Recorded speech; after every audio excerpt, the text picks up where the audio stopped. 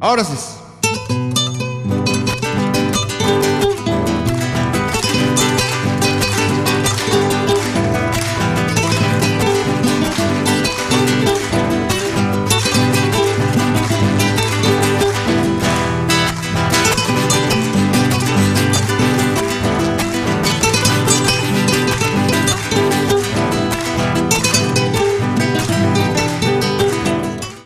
Conocí un suspiro, yo te robé, rápido me enamoré. Gracias.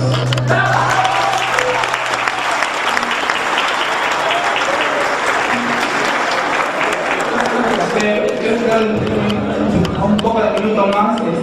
Ahora le quiero dedicar una canción que es un género musical que viene de una zona rural que es muy conocido, que es Víctor Fajardo, y es un género que es el pumpí, que ayer lo expliqué y le vuelvo a cantar otra vez.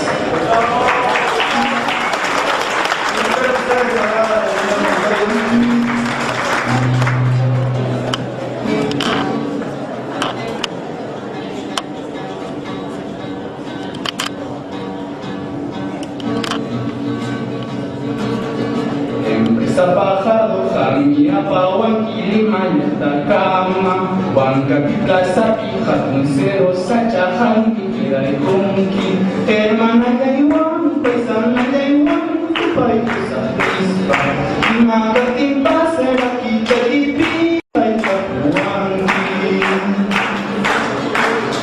Hasayapi, Yamay, Chaya, Yamay, Kawai, Chaya, Kawai, Asumchani, Kui, Pasar, Saikim, Kamushkani, Debra, Dayanta, Piscuya, Tanta, Lima, Capital, hermana Yayuan, paisana Yayuan, tu país, Pupita, Kita, Pupito, Suita, tu país,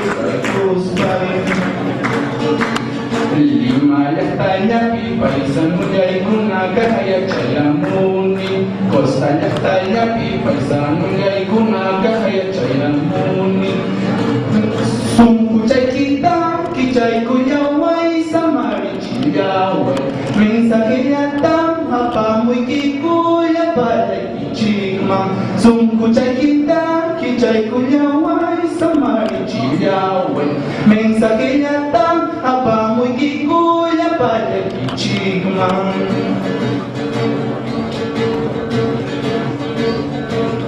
Hermano yay, paisano yay, Fajardo na pumping ni Chita, Taki Kasiyaway. Hermano yay, paisano yay, peruano runa, pumping ni Chita, Taki Kasiyaway. Pumping ni Chita, Taki Kuyas Panchi, Peru nació Mango y Erichilas Sunchi. Pumping ni Chita, Taki Kuyas Panchi, Peru nació Mango y Erichilas Sunchi. Gracias, es todo.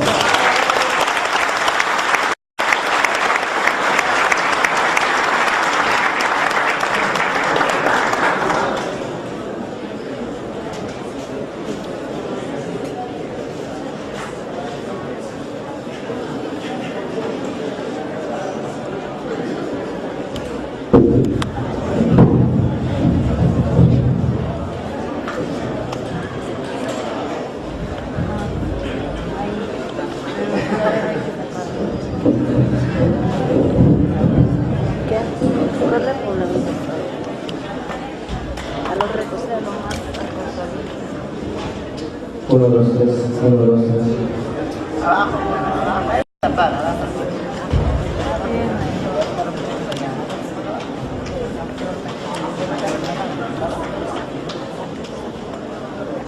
Rodrigo Montoya Rojas, señores congresistas, público asistente, cumpliendo con el programa establecido del Congreso Nacional de Estudiantes de Antropología en el Perú, a continuación se va a desarrollar la ponencia del doctor Rodrigo Montoya sobre Antropología de José María Guedas. Pero antes quisiera hacer una pequeña lectura sobre su biografía. Rodrigo Montoya Rojas, Puquio, Tucanas, Ayacucho, 1943. Es antropólogo, profesor emérito de la Universidad Nacional Mayor de San Marcos y profesor visitante en universidades de Europa, Estados Unidos y América Latina. Desde su primer libro sobre la predominancia del capitalismo en Perú, 1971, ha consagrado su atención a tratar de entender la problemática cultural del país, particularmente la cultura quechua, desde dentro, y en sus artículos y contradicciones con la cultura occidental criolla.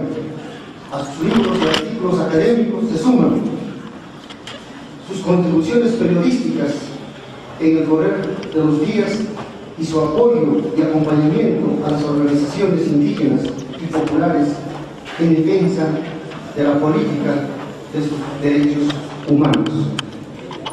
Entonces, a continuación, señores presentes, vamos a dar la palabra al doctor Rodrigo Montoya para su exposición sobre la antropología de José Martínez, para la cual pido un voto de aplauso.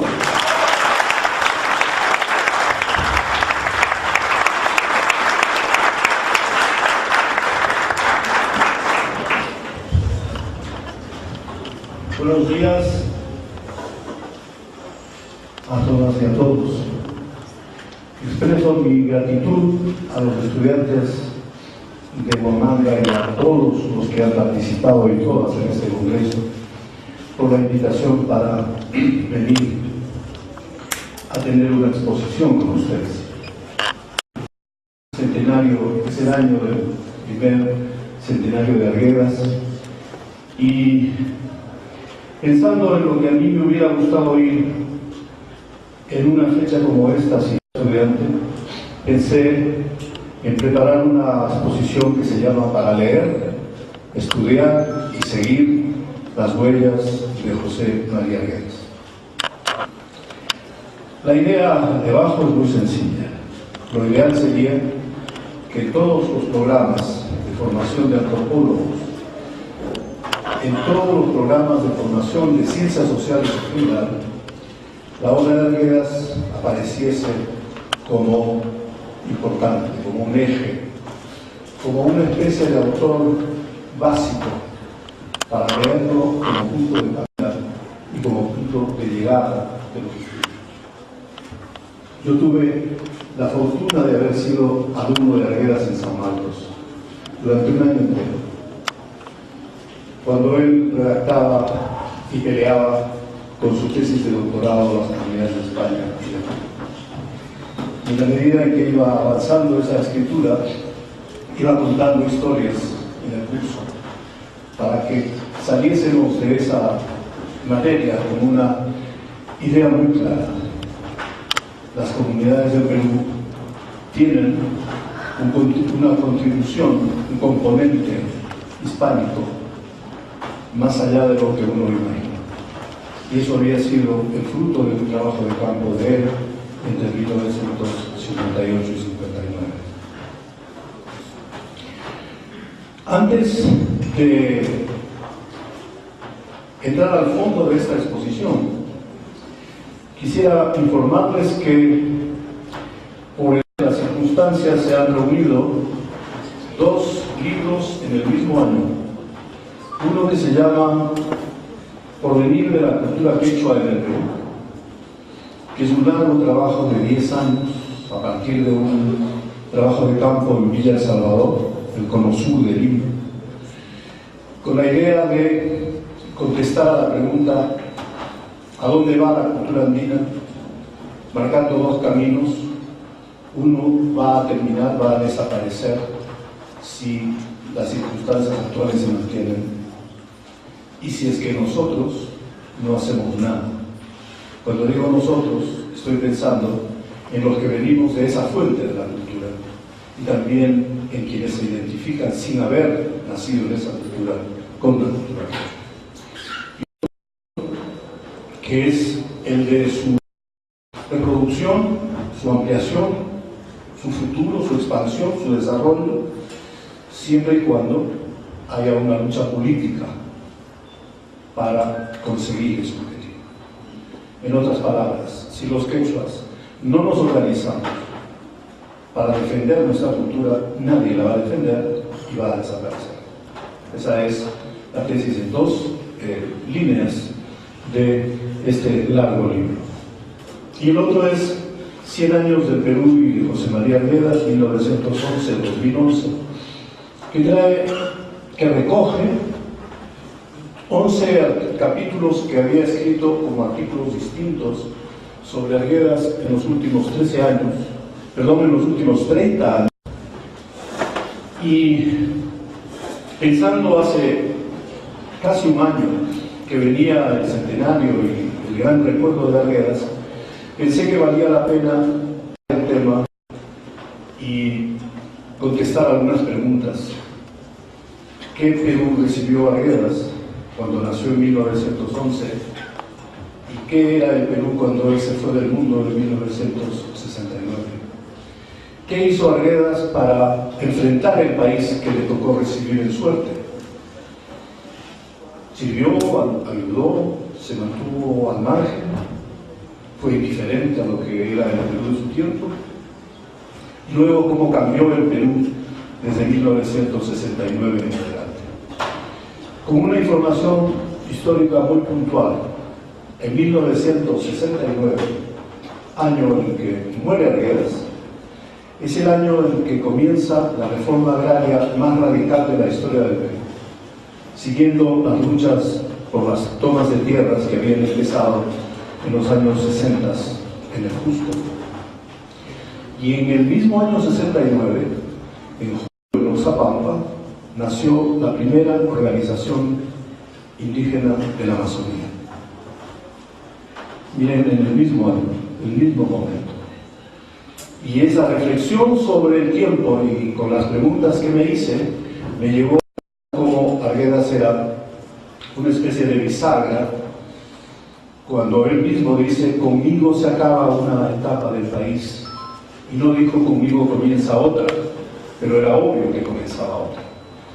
Y esa otra que comenzaba era la de un país en el que los llamados indios, siervos de hacienda y esclavos, dejaban de ser indios, siervos de hacienda y esclavos, y pasaban a ser medios ciudadanos de un país que empezaba a aceptarlos, con dudas y vacilaciones, tanto de parte de los propios indígenas como de las propias capas medias y altas del país, que hasta ahora no resuelven todavía el problema de aceptar a la gente como es y que sigue esperando que la gente sea como ellos quieren que sea.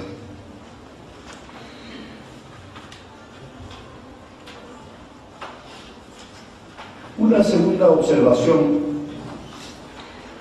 es que a Arguedas se le recuerda más de lo que se le lee. Abelardo Kendo, un crítico literario de primera calidad del país, me decía: no alcanzo a entender, Arguedas es un autor al que se le lee ya muy poco, y sin embargo todo el mundo habla de Arguedas. Y en su centenario hubo miles de personas en todas partes en el país que salieron a recordarlo, a cantarle, a bailar con él. Este hecho tan extraño es único y solo Arguedas pudo haberlo provocado. La propuesta a partir de este punto para ustedes es muy sencilla. No basta recordar a Arguedas, ni basta informarse de él por terceras personas o por referencias de otros textos, sino lo que cuenta es leerlo en sus propios términos. Arguedas por Arguedas. La invitación es a que lean a Arguedas en los propios textos de él y solo en un segundo momento vean los textos escritos.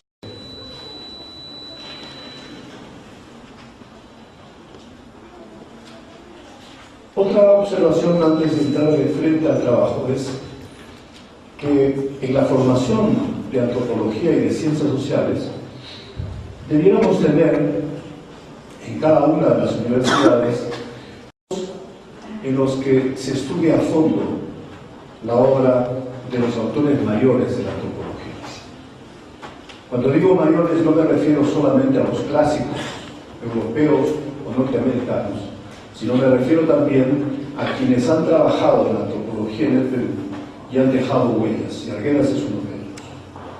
Yo recuerdo que el año 86 o 87 hice un seminario en San Marcos con mis alumnos de cuarto año de antropología, en que en 2 semestres, todo el tiempo, pasamos leyendo y comentando la obra de Arguedas.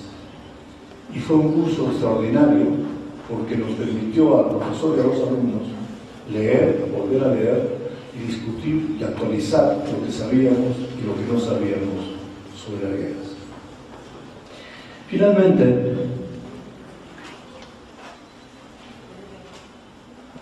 quisiera que de la memoria de esta reunión quedase otra propuesta para acercarse a Arguedas de una forma global.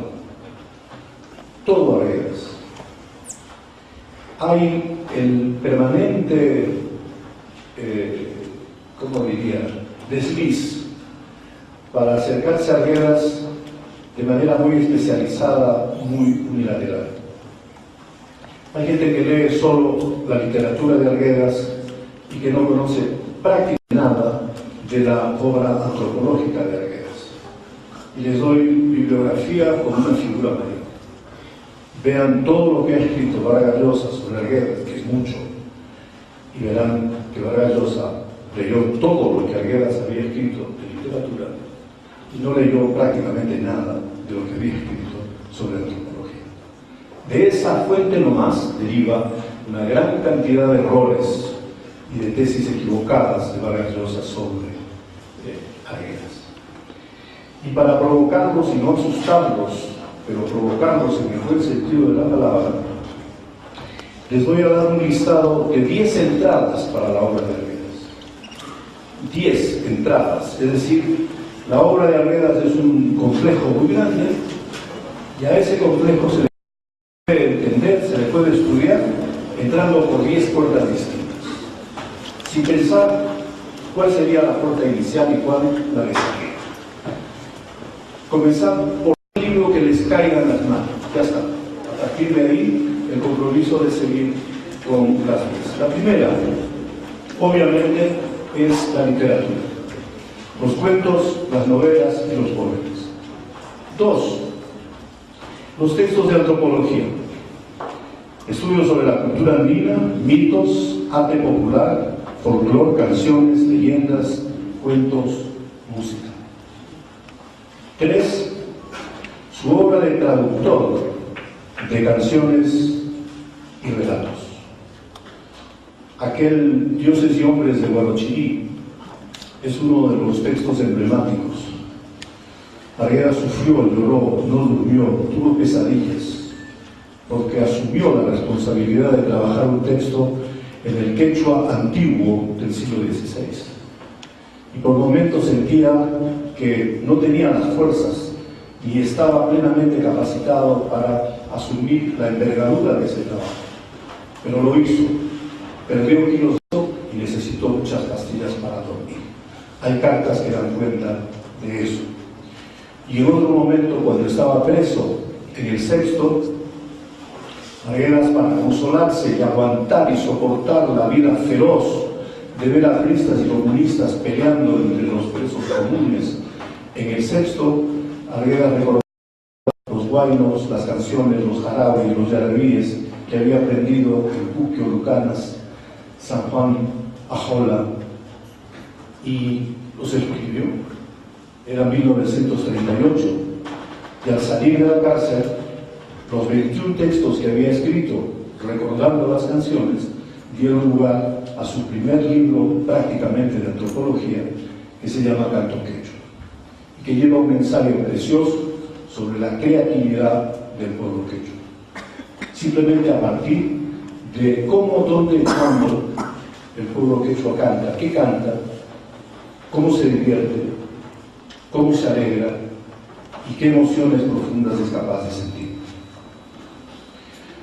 La cuarta entrada tiene que ver con el periodismo, el día a día del país, para difundir lo hermoso del pueblo quechua y para defender los derechos de los llamados indios en su condición de oprimidos. Acontecimiento que ocurría, abuso que ocurría, Arguedas inmediatamente escribió en los periódicos.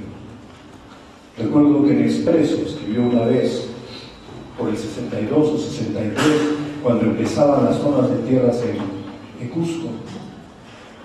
Y yo vi que en las haciendas del Cusco, el terrateniente Romainville, el famoso terrateniente de horca y cuchillo del Cusco, ordenó que le cortaran el indio que no lo saludó. Era una denuncia, era una forma de decir, hasta este punto eran de abusivos los gamonales de ese tiempo. Podría citar otros ejemplos, pero me detengo para seguir. El quinto punto, la quinta entrada, tiene que ver con el canto, con la poesía, con la fiesta, en la vida cotidiana y la música. Arguedas no podía vivir sin cantar, no podía vivir sin bailar, no podía vivir sin contar chistes de todos los colores, en castellano y en quechua.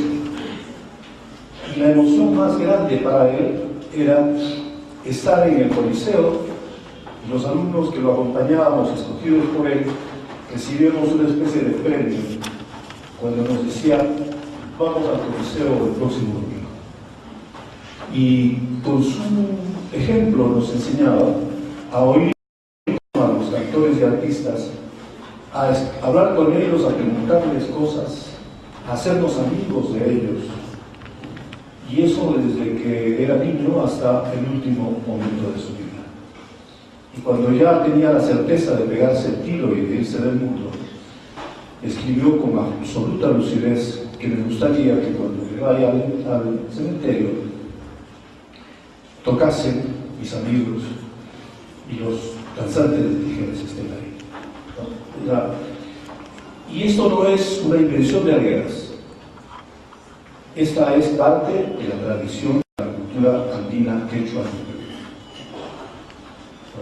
Todavía enterramos a nuestros muertos con bandas de música. A los occidentales limeños les parece una barbaridad. Pero enterrar con música a nuestros muertos es recordar lo alegres que fueron en vida y lo alegres que hay que estar para acompañarlos en el último día o en la última tarde. Y es una alegría compartida con la melancolía, por cierto, pero es solo alegría cuando se entierran a los niños y se les lleva en un guapampa y en cada esquina se baila y se canta y se bebe, porque la convicción profunda es que los niños, cuando mueren, se van directamente al cielo, porque no tuvieron tiempo de sufrir ni de hacer sufrir a nadie. Y hay una especie de nostalgia por haber dejado de ser niño y haber crecido para ver en la vida lo que se sufre en la vida, cosa que los niños se ahorran cuando se van temprano del mundo, y por eso hay que festejarlos y acompañarlos con música. La sexta entrada tiene que ver con su trabajo como maestro secundario y universitario. Por razones de salud, un médico psiquiatra le dijo a finales del 38, después de la cárcel del Sexto: José María, a ti que te encanta el mundo andino, quizá lo que tengas que hacer es salir de Lima. Estás muy deprimido, estás muy melancólico, estás muy triste. Vete de Lima y vete a un colegio. Y logró un nombramiento para ser profesor secundario en un colegio de Sicuani, en el Cusco.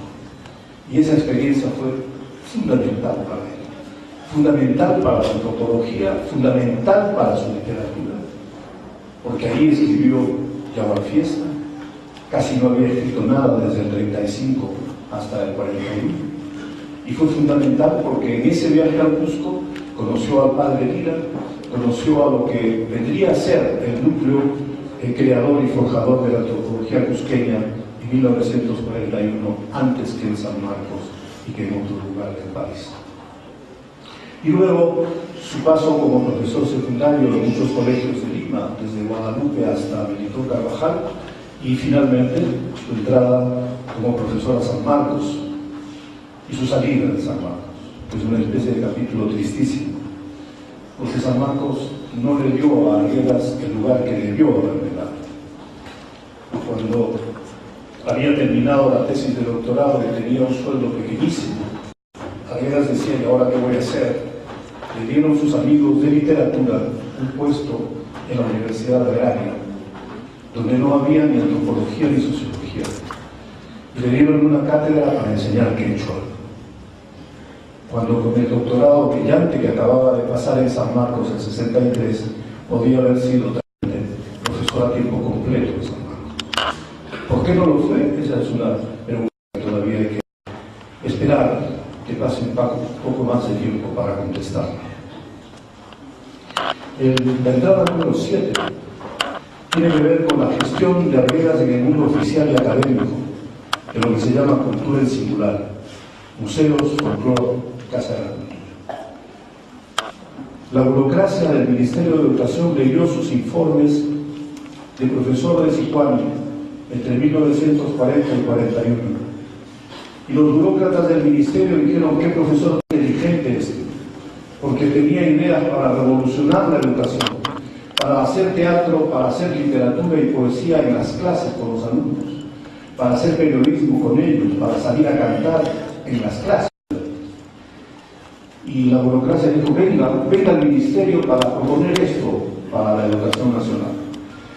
Lo sacaron del mejor medio donde se estaba desarrollando para empezar a tosigarlo y asustarlo en el Ministerio de Educación. Ahí pasó varios años de una total infertilidad, no solo por sus problemas propios, sino por la enorme tragedia de lo que es la burocracia en los ministerios.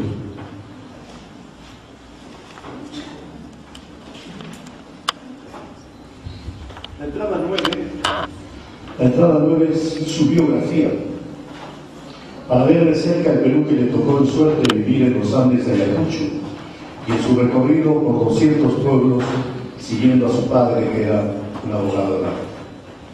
No hay en la historia del Perú un autor más autobiográfico que Arguedas. Pero al mismo tiempo, no hay más autor que Arguedas para confundir su biografía con la ficción, para inventar cosas que él se atribuye a sí mismo como si las hubiera vivido, y hacernos creer muchos cuentos que no fueron ciertos y muchos otros que fueron muy ciertos.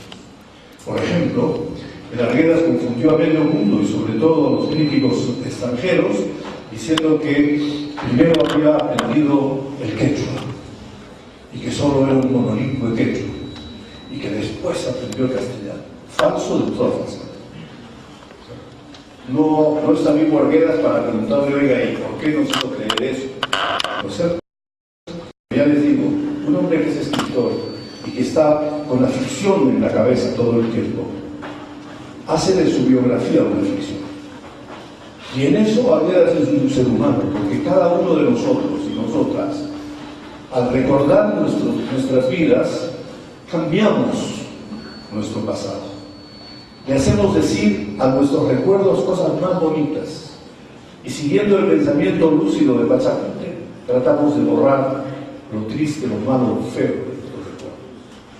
Y eso es normal. Así somos los seres humanos. Pero la biografía de Arguedas, cotejada con los documentos, cotejada con testimonios de gentes que vivieron o con relatos que den cuenta de lo que él cuenta, esa biografía es sumamente rica porque es ilustrativa del Perú que le tocó vivir. La entrada 9 es una sola entrada enorme, todas las sangres, como la metáfora política más importante en el país, un compromiso profundo con el presente y futuro del Perú. Más tarde voy a volver sobre este punto, pero lo dejo marcado aquí como la metáfora política más importante del país. Me estoy atreviendo a hacer una proposición de ese tipo. Me estoy llevando de encuentro a todos los partidos de izquierda y a todos los partidos de la derecha. Y de cómo un hombre de literatura y de antropología fue capaz de haber inventado la metáfora políticamente más rica del país. Y finalmente, en la entrada 10, que merecería una o más tesis de doctorado aquí en el Perú, es la entrada sobre Arguedas como un héroe cultural. Un hombre que está en la memoria de personas que no lo han leído. Y doy dos ejemplos. Cuando en la Municipalidad de Lima, el 17 de enero de este año, se hizo la serenata por Lima y por Arguedas, combinando las dos cosas, un grupo de danzantes de la fiesta de la sequía, de la fiesta del agua, en la comunidad de Santa Ana de Puquio, de Lucanas, llevó por primera vez a Lima una fiesta, una danza de la sequía. Y había una señora que tendría unos 60 años. Y le pregunté en quechua qué sabía de Arguedas y por qué estaba ella participando con tanta alegría y tanto entusiasmo por Arguedas. Era obvio que no había leído a Arguedas nunca.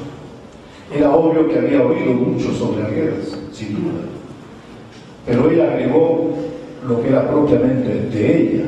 Me dijo: nunca olvido que mi mamá me contó que recibió de las manos del doctor Arguedas en la Casa de la Cultura un carnet de artista. Porque cuando le dieron el cargo de director de la Casa de la Cultura, él promovió con Josafat Roel y con la ayuda de Jaime Guardia una visita de todos los que creían que eran artistas, cantores, músicos, danzantes, por la Casa de la Cultura, para reconocerlos como artistas, para darles un carnet. Pero cualquiera no podía hacerlo, y hubo que seleccionarlos, hubo que pasarles un examen. Tú eres cantor, canta; tú eres bailarina, baila. Y Arguedas les proponía a todos que vengan con sus vestidos propios de su región. Y se pasaron horas de horas, durante semanas de semanas, clasificando, calificando y al final otorgando un carnet. Imaginen lo que era en ese tiempo, hace más de 40 años, un carnet.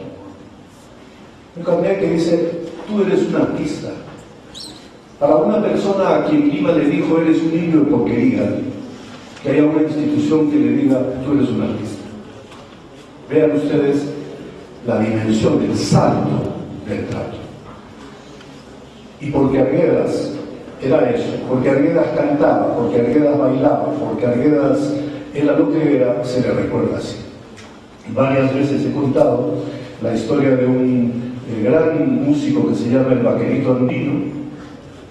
Iba sentadito en el tranvía de Lima a la Punta y Arguedas estaba a su lado. Arguedas le preguntó cosas, se dio cuenta que era quechua, hablaron en quechua, se identificó de dónde eran, y él le dijo que era de un pueblito perdido del Pumpín, de aquí, de Víctor Fajardo. Y Arguedas se conmovió, se emocionó, le dijo: yo conozco tu tierra.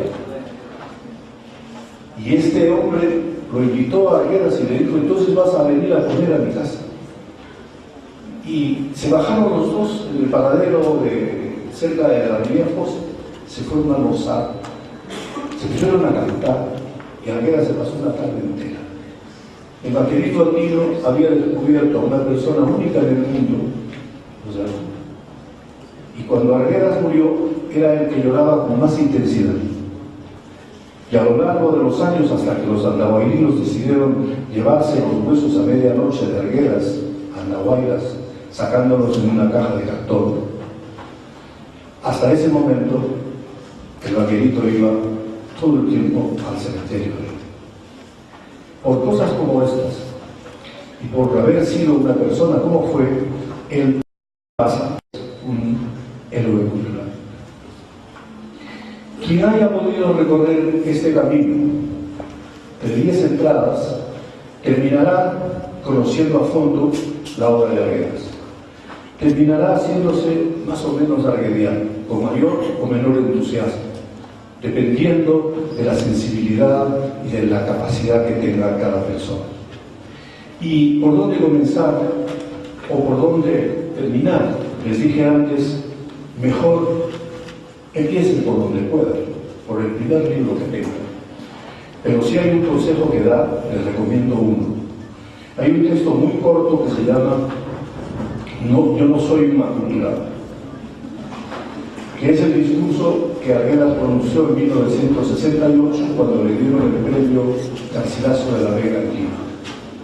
Es el texto que es el manifiesto político, sensible y literario de Arguedas. Y a mí me parece que ese sería el punto de partida, que para entender, para comenzar, muy difícil de entender, ¿no es cierto? Pero hay que empezar por ahí, porque ahí está la propuesta. Para quienes no han visto ese texto, les adelanto rápidamente, es el texto en el que Arguedas dice, fue leyendo a Marx y a Lenin y a Mariátegui, que encontré el sentido de lo que podría haber sido en el Perú. Pero el socialismo no mató el libro mágico. Pero el socialismo no mató el libro mágico. Y en otro momento en el libro dice, en el Perú de todas las sangres, cada individuo puede vivir todas las patrias del país.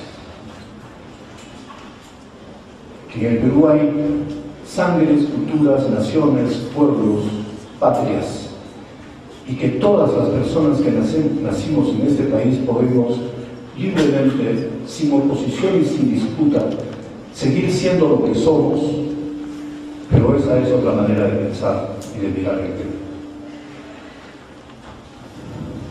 Ahora, por favor, cuando falten 10 minutos para revisar,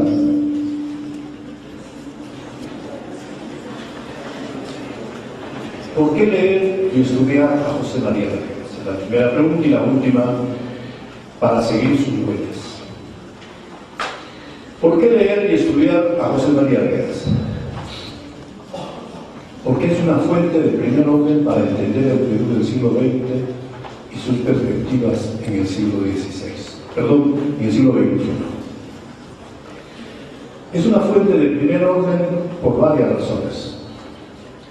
Primero, por su esfuerzo para conocer y difundir la cultura quechua, particularmente sus principios de reciprocidad y solidaridad, competitividad, trabajo colectivo y fiesta. Arguedas no era solamente una persona que estudiaba y quería conocer la cultura, era una persona que trataba de difundir ese conocimiento, no solo dentro de la universitaria, sino en todas partes. El periodismo era uno de sus recursos principales, el magisterio era obviamente otro, pero su paso por las asociaciones de provincianos en Lima, su paso por las asociaciones de provincianos en provincias, era una práctica permanente. Les cuento una anécdota. Invitaron a Arguedas al Centro Unión Lucanas cuando yo era estudiante de San Marcos, y al comenzar su exposición, migrantes lucaninos en Lima, medios de la High Life de Lucanas estaban ahí. Y entonces empezó diciendo, me han invitado para hablar del problema del indio. Los voy a frustrar porque voy a hablar del problema del indio que son ustedes. La mitad de la gente rumiaba y requintaba y decía, ¿para qué invitaron a este señor? Y la otra mitad decía, alguna razón tendrá para burlarse de esa manera de nosotros. Y los pocos que hubo en esa reunión, de los airios y de las pequeñas comunidades de la provincia no jailares, estaban felices de oír que Arguedas dijese eso, ¿no?, en un público así.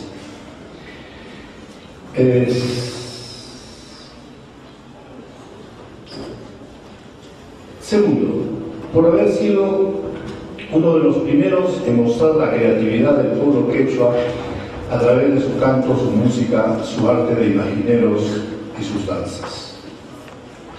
Eso tiene que ver con una historia del indigenismo literario y artístico de los primeros tiempos, entre 1880 y 1930. Y Arguedas comienza una vida muy cercana a los indigenistas, sin haber sido nunca un indigenista, después de entre 1935 y 40. Y con la experiencia de la cárcel y del librito Canto Quechua, él produjo un texto valiosísimo, su ensayo sobre la creatividad del pueblo quechua. Muy breve, muy corto, pero valiosísimo. En él está escrita la propuesta más clara de cómo y por qué un pueblo como el quechua es capaz de tener creaciones tan hermosas y tan extraordinarias. Y ese valor de la fiesta, ese valor del canto. El pueblo canta, el pueblo baila, el pueblo se divierte. Pero Arguedas cuenta en ese texto que la experiencia que tuvo en los Andes de Ayacucho, en la provincia de Lucanas, que era toda esta riqueza de música, de canto y de baile, no existía en las haciendas de Abancay y de Cusco. No dejó de estar aterrado de decir qué tristeza y qué pobreza de los indios de las grandes haciendas de Abancay, de Apurímac y de Cusco, que no cantan, que si cantaron antes lo han olvidado, que no tienen fiestas y que los patrones les prohíben que canten y que bailen. El texto es mucho más rico que el resumen que acabo de hacer, pero está en ese texto que acabo de mencionar. Tercero, por haber incluido la rebelión de los llamados indios contra los señores de la tierra en los ríos profundos. En la novela, Arguedas inventa una rebelión a partir de un hecho histórico de las chicheras y pone de un lado, lo dicen las abuelas, lo dicen las personas sensatas que conocemos en el mundo. Ser una buena persona es ser una persona que es capaz de dar su camisa a la otra persona. Ser buena persona es ser respetuoso. Con solo eso ya es bastante y esa es una huella. Segundo, para tener la pasión por estudiar nuestra realidad. Digo bien, la pasión por estudiar la realidad. No solo el interés académico, no solo el interés profesional, no solo el interés laboral, me estoy refiriendo a algo más fuerte, más profundo, que es la pasión por estudiar. El no quedarse conforme y quieto, conforme y quieta con lo que sabemos, sino avanzar mucho más, ir más lejos de donde han ido los dos maestros. Tercero, para identificarnos con el pueblo del que venimos y no tener vergüenza de ser lo que somos, de tener las caras, apellidos y nombres que tenemos, para no avergonzarnos de los padres y pueblos que nos dieron la vida. Esa me parece una cuestión fundamental. Para quien, visto en el espejo, con cabellos rubios, ojos azules y tez llamada blanca, no hay problema alguno de identidad, este problema no se plantea. Pero para los andinos y amazónicos, este es un problema fundamental. Y si hay una razón por la que el pueblo no se ha levantado todavía en el país, es porque hay un sentimiento de vergüenza, porque la gente no se acepta como es. La gente no acepta la imagen que el espejo transmite de cada cara. Tenemos vergüenza y nos cambiamos de apellido. Ustedes son estudiantes de antropología, sepan que en una universidad del país hay un antropólogo que cambió su apellido de Mamani para llamarse Monroe. Y eso que inmediatamente provoca extrañeza y risa es parte del drama del país. Es parte del drama del país. ¿Cierto? Y frente a este tremendo problema de la colonialidad del poder, uno dice, ¿Me acepto como soy o no me acepto? Si no me acepto como soy, voy a ser como los otros quieren que sea. Y voy a usar las máscaras, me voy a parecer a ellos. El 90% de las rubias en el Perú son rubias bamba.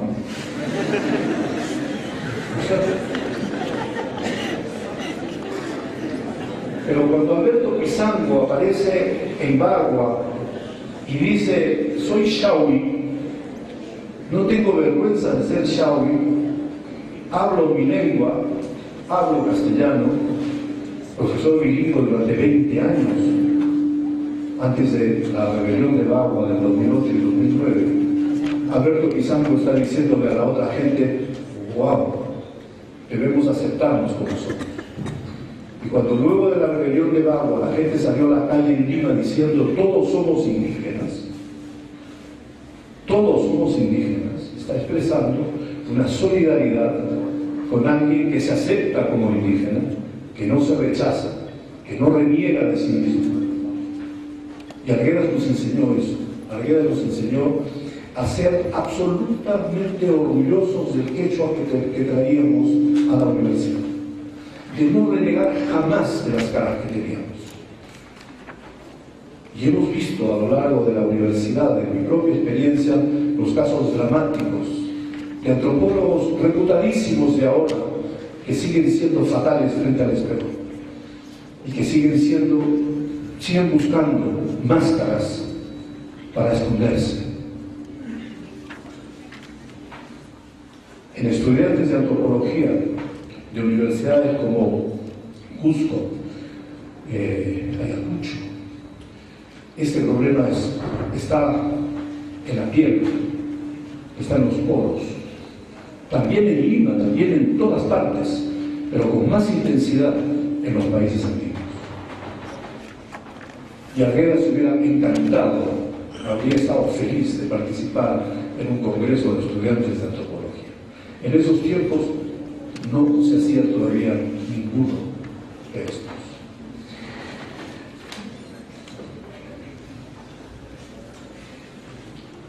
Para sentirnos orgullosos de las culturas indígenas de los Andes, la Amazonía y la costa como bases principales de nuestro país. Es más de lo mismo. Si el Perú es un país de todas las sangres, y sangre quiere decir lengua, cultura, nación, patria, todo al mismo tiempo, el reconocimiento de esas culturas es una base para partir, pero es solamente una base. El paso siguiente es la capacidad política para defender esa diversidad, la capacidad política para defender nuestros propios derechos y los derechos de esas culturas. No aceptar el racismo y las humillaciones desde el poder colonial como algo que es primordial, como algo de todos los días para nosotros. Y finalmente, seguir sus huellas para contribuir con el futuro de nuestro país.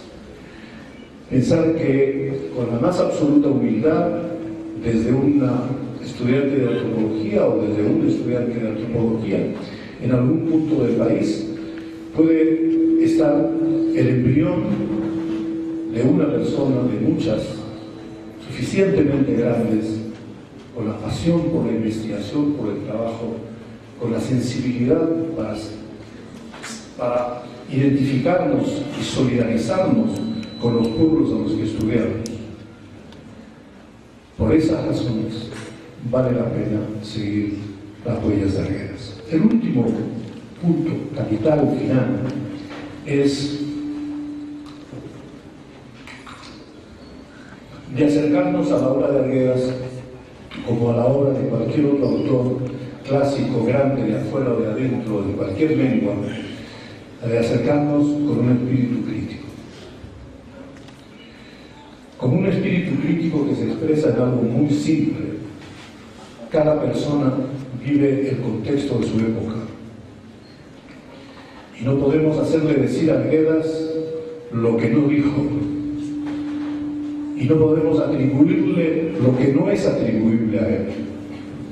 Y no podemos aceptar los errores de Arguedas, y no podemos aceptar las insuficiencias de Arguedas. Si se hiciese un seminario a fondo sobre la obra antropológica de Arguedas, se tomaría el capítulo de la relación entre las cartas de Arguedas y Murra sobre la antropología. Arguedas decía: no sé nada de antropología, he estudiado muy poco. Y Murra le decía: es cierto, pero no es cierto. Arguedas era más antropólogo de lo que Arguedas creía. Pero Arguedas no leía francés, no leía inglés. Y al no leer inglés ni francés estaba disminuido, porque la antropología de su tiempo era una antropología que se hacía en inglés, en francés, en alemán. ¡Wow! ¿Sabes? Eso que es válido para los años 46, 50, 51, cuando Arguedas estudió en San Marcos, es válido ahora también. De ahí deriva la absoluta necesidad de un compromiso y una pasión por la investigación que implica aprender varias lenguas, estudiar muchísimo, hacer un sacrificio muy grande para poder estar en condiciones de ofrecer algo para que el Perú deje de ser lo que es. Gracias.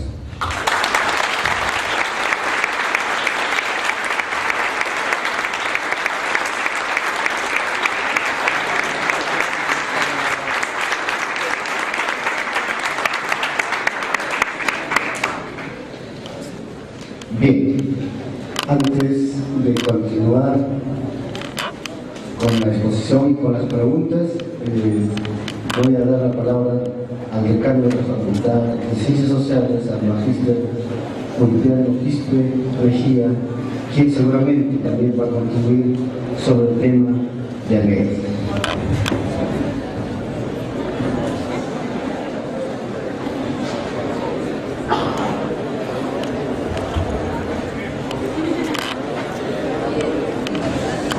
Doctor Rodrigo, con los estudiantes, con la disculpa del caso, viendo los problemas de la facultad, he llegado unos minutos después.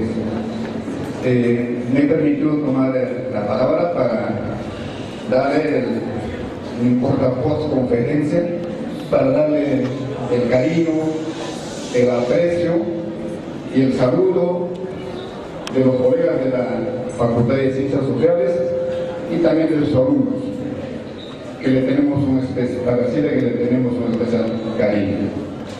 Igualmente, para expresar que el doctor Rodrigo, el colega, el amigo, es uno de los antropólogos más representativos a nivel nacional y debemos sentirnos orgullosos con su presencia en este 18 Congreso Nacional de Estudiantes de Antropología. De la misma manera, quiero señalar que se ha tocado un tema también sensible para todos nosotros, no precisamente el aporte, yo considero el gran maestro, yo considero como al padre de la antropología peruana, al doctor José María Arguedas. Nos ha dejado sus ricas experiencias, el doctor Rodrigo, que ha seguido sus huellas, que también ha habido un poco, donde vivió, se forjó también el amor José María Arguedas. Bueno, todos debemos seguir las huellas, como ha señalado el doctor Rodrigo Montoya, ¿no? Y todos debemos tener una tendencia a ser arguedianos. Para ello hay que conocer todas sus obras literarias, antropológicas y fundamentalmente su mensaje político. ¿No? Es lo que he señalado siempre, ha tocado también el doctor Rodrigo, ¿no? Es a veces los lectores de Arguedas o ven por la parte literaria o ven por la parte de la ciencia, de la antropología, y olvidan su mensaje político. Y él escribió literatura y antropología precisamente para expresar su mensaje político. Por eso su visión, su perspectiva, justamente tenían todo el proceso de cambio, ¿no?, que se daba en ese momento en el país. Y efectivamente, a partir de su muerte, vino la reforma agraria, la violencia política y la cara del país efectivamente ha cambiado, lo que en realidad se había visto en perspectiva. Profesor Rodrigo, con la actitud del caso, vamos a continuar con las preguntas que están importantes sobre el tema que se ha tratado. Muchas gracias, jóvenes.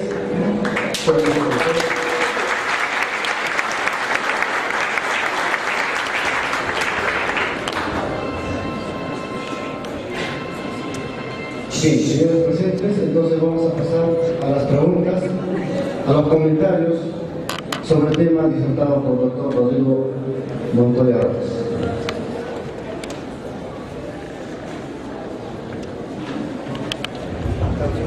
Bueno, quisiera felicitar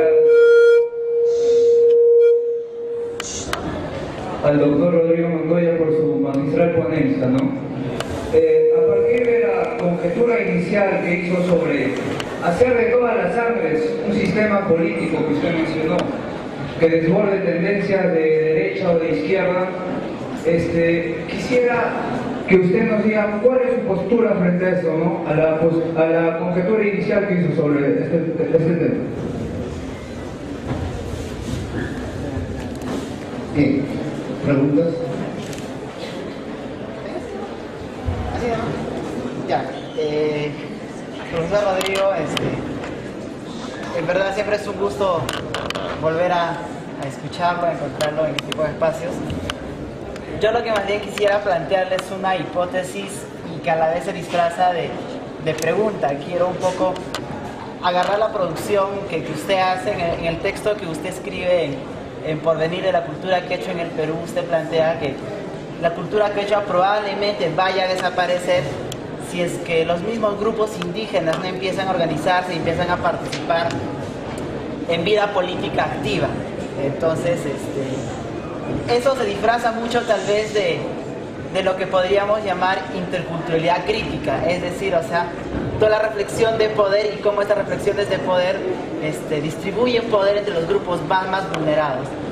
En el documento que ahora nos ha presentado, en la producción de Arguedas, nos ha presentado un Arguedas integral, periodista, maestro, antropólogo, político, y uno de los puntos, si no me equivoco, es el punto 9 que nos plantea el aporte de Arguedas de presentarnos un país de todas las sangres, multicultural, pluriracial. Entonces mi pregunta giraba en función y la hipótesis giraba en función es que si Arguedas solamente se ha quedado en una postura o una interpretación de interculturalidad pasiva, porque solamente nos plantea el reconocimiento de las distintas etnias, de los distintos grupos étnicos, de las distintas culturas, pero no inserta mucho más un discurso o no reflexiona mucho más, tal vez por su tiempo, en la necesidad de la organización de los grupos indígenas para participar en la vida política y defender sus derechos.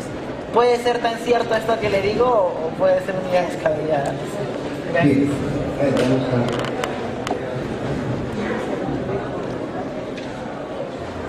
Muy buenos días. También me uno a los agradecimientos por su visita, doctor. También para hacer una consulta, usted ha mencionado una obra que es muy clásica y es muy importante de José María Arguedas, y es Todas las sangres. No sé si usted tenga la misma lectura, pero en la parte final, cuando usted mismo recordaba lo que se llama el Nuevo Yuca, también se menciona algo y dice que pronto vamos a hacer más. Y que las armas, que esa escopeta, que ese pedazo de palo que tenía por el cual lo iba a matar, no significaba nada para él, o tal vez hablaba en términos simbólicos y hablaba refiriéndose a su propia cultura. ¿Por qué? Porque ya el hecho de que él muriese no significaba nada frente a un contexto nuevo que estaba empezando a generarse dentro del país, y pronto íbamos a hacer más, y la participación iba a ser mayoritaria. Y me parece que ahí también viene un poco la propuesta política de Arguedas, del hecho de ya no temer tanto a la autoridad, sino irse tal vez organizando y tal vez participando mayoritariamente, ¿no? Ahora, habría que entenderlo en qué sentido, ¿no? O en el sentido tal vez de una lucha un tanto más directa, más confrontacionista, o tal vez una participación política más tolerante, pero también ya entrando de todos modos a una mayor participación política. ¿Qué tipo de participación es la que propone Arguedas? En todo caso sería una consulta, ¿no? Y lo otro también es no habíamos hablado sobre los soportes de Arguedas en este nuevo contexto, cómo tendríamos que reentender a Arguedas ahora, en una actualidad en la cual ya no hablamos del mismo país, ¿no? Entonces se tendría que entender que en esta nueva actualidad tenemos que llegar a un mayor nivel de tolerancia y que nosotros como antropólogos tenemos que ser los facilitadores básicamente de ese nuevo reentendimiento del país.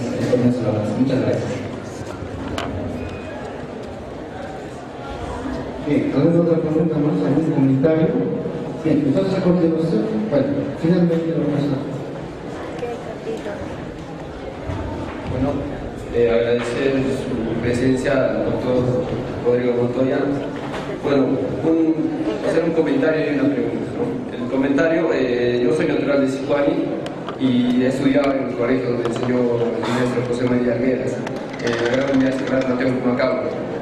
Y bueno, sus alumnos, que ahora son profesores, mencionan toda su experiencia y ellos dicen que José María Arguedas enseñaba afuera de clases, no enseñaba cerrado en cuatro paredes, sino que él enseñaba en los bosques, en las chacras, y ahí se demostraba cómo José María Arguedas quería descifrar, quería enseñar con la convivencia, quería enseñar con la crianza que nos da la Pachamama con nosotros mismos, ¿no?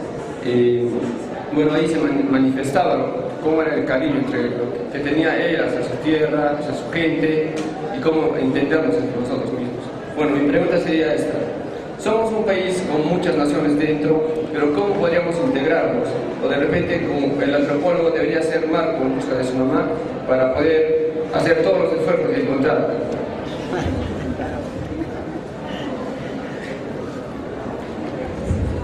Bien, finalmente vamos a dar el pase al doctor Rodrigo Montoya para sus comentarios y las respuestas frente a las preguntas.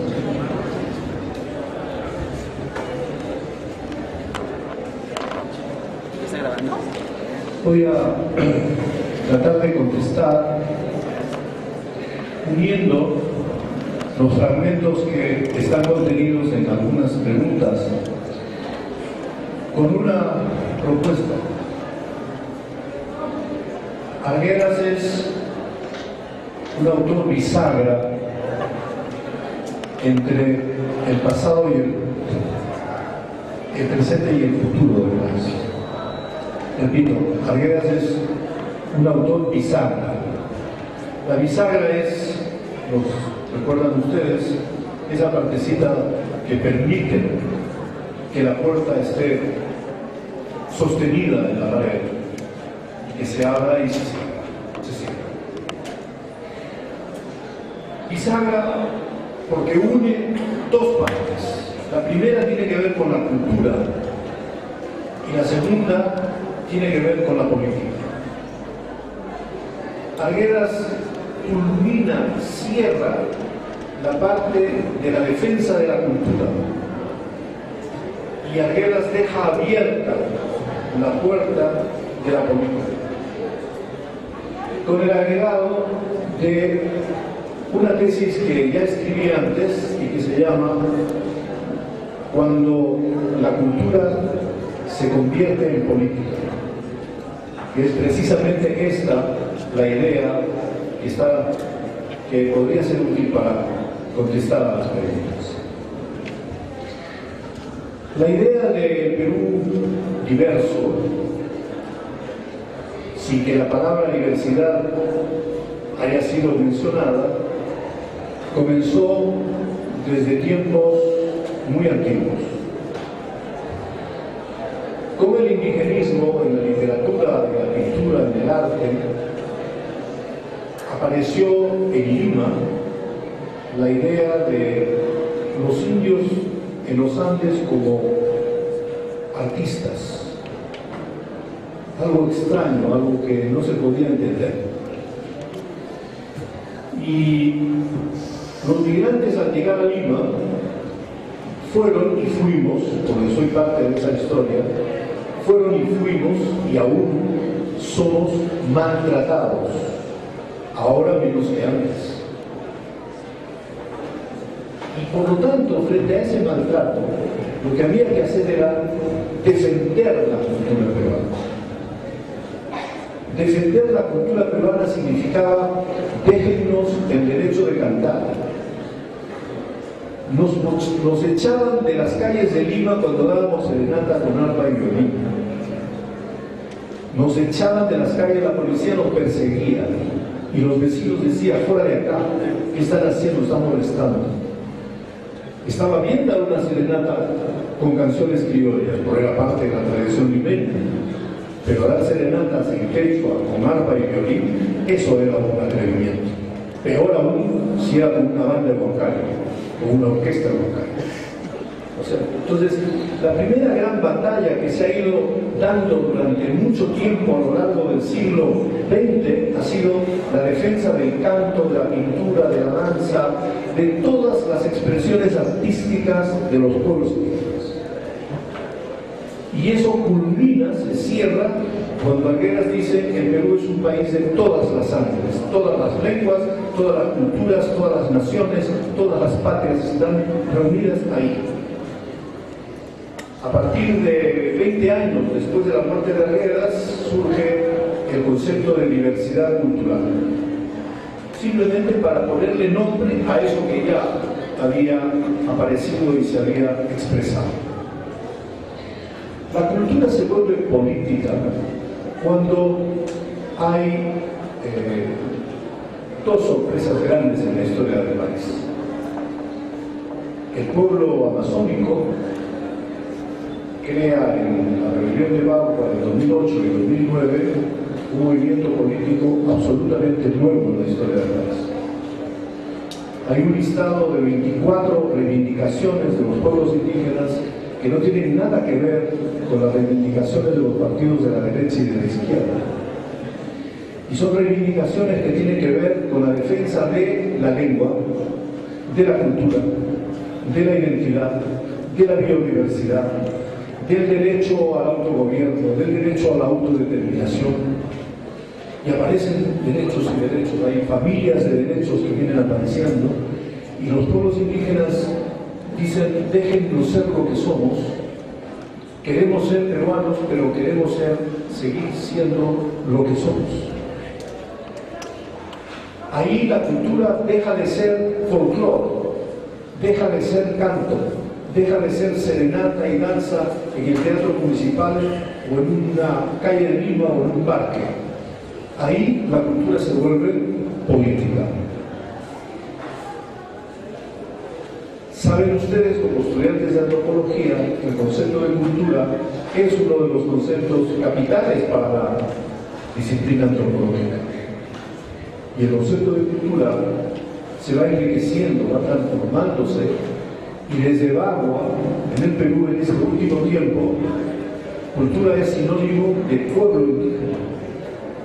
Esto es una absoluta novedad. La defensa de los pueblos indígenas quiere decir la defensa de los derechos de los pueblos indígenas. Pero en la historia del Perú nunca hubo derechos de los pueblos. Nunca se reconoció el derecho colectivo. Todo el derecho peruano es un derecho fundado en Roma y es el derecho individual. Toda la ideología es la Revolución Francesa, derechos del hombre y del ciudadano, tampoco la mujer entraba ahí. Y ahora, desde las grandes luchas indígenas en todo el mundo, no solo en Perú, en América Latina, ahora se habla de los derechos colectivos. Y las cortes interamericanas y mundiales están dando fallos a favor de los pueblos, a favor de la propiedad colectiva de los pueblos. Esta es una novedad, gracias a los movimientos indígenas. Para defender mi cultura, mi lengua, mi identidad y mis derechos, me organizo. Me organizo en una IDESEP, en una asociación interétnica para el desarrollo de la selva, o me organizo en una CONAIE, en una coordinadora de nacionalidades indígenas del Ecuador, o me organizo en una nueva forma de pensar la cosa boliviana a partir del collao. Y luego dice, no basta una organización étnica, lo que tenemos que hacer es una organización política.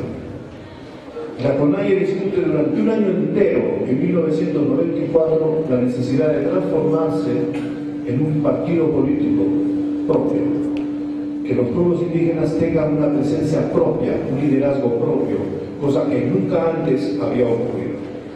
Y eso en Bolivia va mucho más lejos. La cultura se ha vuelto política, se está volviendo política. Y Arguedas es el que anuncia con todas las sangres esa conversión. El paso siguiente es que todas las sangres, la metáfora de Arguedas, si la vemos dinámicamente, la vemos como una suma de fragmentos. Las sangres que hay, las culturas y lenguas, estamos separadas, estamos divididas, estamos relativamente enfrentadas, aisladas. Hay sospechas y diferencias, hay divisiones profundas. Si examinan a fondo a INESEP, van a ver tendencias al interior.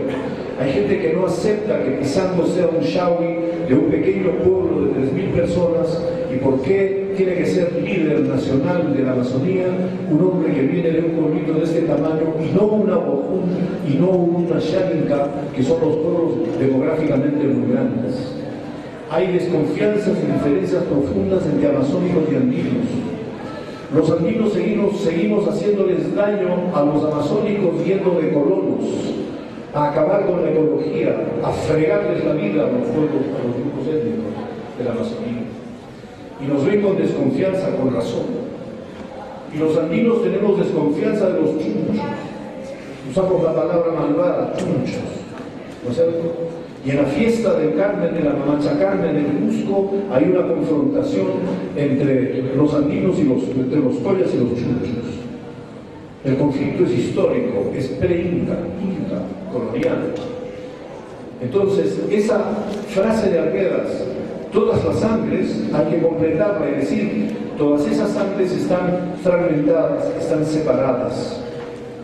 El paso siguiente es establecer puentes, crear puentes para que hayan entendimientos entre esas culturas, lenguas y sangres y naciones y patrias. Y esos puentes se construyen a partir de las dos orillas. Y con lo ocurrido en Bagua están los primeros ladrillos para un puente entre amazónicos y andinos. Ya se están encontrando, ya discuten, ya conversamos, ya nos mantenemos en muchas cosas de acuerdo y en otras en desacuerdo, pero la comunicación ya está. Y hubo una sorpresa en junio de este año cuando hubo una protesta en Puno y aparece la noción de nación aymara. Y por primera vez en la historia política del país, 10.000 personas aymaras organizadas toman la capital del departamento de Puno, la ocupan y dicen, somos parte de una nación aymara. La tesis Nación Aymara existía antes como concepto académico, como libro académico, como tesis de autores de literatura y en alguna parte de ciencias sociales en Bolivia. Pero con Walter Abisuri aparece la noción de Nación Aymara como sujeto político, y esa es la novedad. En esa lógica ustedes preguntarán, ¿y cuándo va a aparecer la Nación Quechua? ¿Cuándo va a aparecer un movimiento con la fuerza de Bagua o la fuerza de Puno, pero de lado absolutamente quechua? Esa es la interrogante. Pero en la rebelión de Puno hubo una presencia de los quechuas de Azángaro, que se presentaron a Puno diciendo, somos parte, somos quechuas de Azángaro, no somos campesinos, no somos nada sino los quechuas de Azángaro, venimos en solidaridad con los aymaras de Puno. ¡Wow! Esto es algo que está anunciando, ¿no es cierto?, el futuro posible para el país. Yo sigo absolutamente optimista, creyendo en que los puentes se van a ir articulando, primero entre los amazónicos y los andinos, luego los amazónicos con los ribereños. Eso es una larga historia que no puedo contar. Un puente entre los amazónicos, los ribereños, los andinos y los pueblos indígenas de la costa. Imaginen ustedes que en la costa, con los museos y con los señores de Zipán y las señoras de Cao, hay toda una revolución y un nuevo proceso de transformación interna, y la gente está diciendo, ya, ¿cuándo nos vamos a unir? ¿Cierto? Y si a eso le agregamos a los migrantes de las grandes ciudades, particularmente de los 5 conos de Lima, entonces me parece que estamos cercanos a la formación de un sujeto, de un actor político nuevo del país, que sería el conjunto de patrias, el conjunto de naciones, pero agrupándose, uniéndose con los pueblos. Esa es la etapa en la que estamos, y Arguedas ha sido la bisagra, el que cierra una etapa y comienza a abrir la otra. Finalmente, una pregunta que escapó de todo esto es la cuestión de la integración. Si unimos los fragmentos, ¿estamos hablando de integración? ¿Sí o no? Conversando con Evaristo Núñez, el primer gran dirigente amazónico, creador de AIDESEP de los 80s, él decía una cosa fundamental. Cuando hablan de integración, la pregunta que tenemos que hacer es: ¿quién integra a quién? Que exactamente con el mismo contenido tenemos que hacer ahora la pregunta al gobierno respecto a la palabra inclusión. ¿Quién incluye a quién? Y Evaristo Núñez decía, ¿y por qué no se incluye en el resto a lo que planteamos nosotros? ¿Por qué nosotros tenemos que cambiar para integrarnos? Ya estamos hartos de eso, estamos cansados de eso. Y la palabra integración es una palabra que no hay que pronunciarla en el mundo amazónico, porque le tienen una cólera histórica, ¿no es cierto? Y la palabra inclusión está en ese camino para ganarse el odio más temprano que tarde, porque ya es una moda que todo el mundo repite sin saber de qué se trata. Y la pregunta cruel es: ¿quién integra a quién? No se trata de integrar, no se trata de que los de arriba anexen a los de abajo a su proyecto. Se trata de que cada uno mantenga su unidad y que entre las patrias, naciones, culturas, lenguas realmente existentes del país hayan todas las coordinaciones necesarias para formar un bloque. Pero eso no es integrar. Gracias.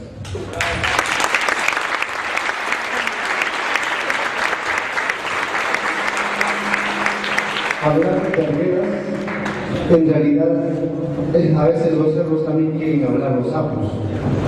Hablar de Arguedas,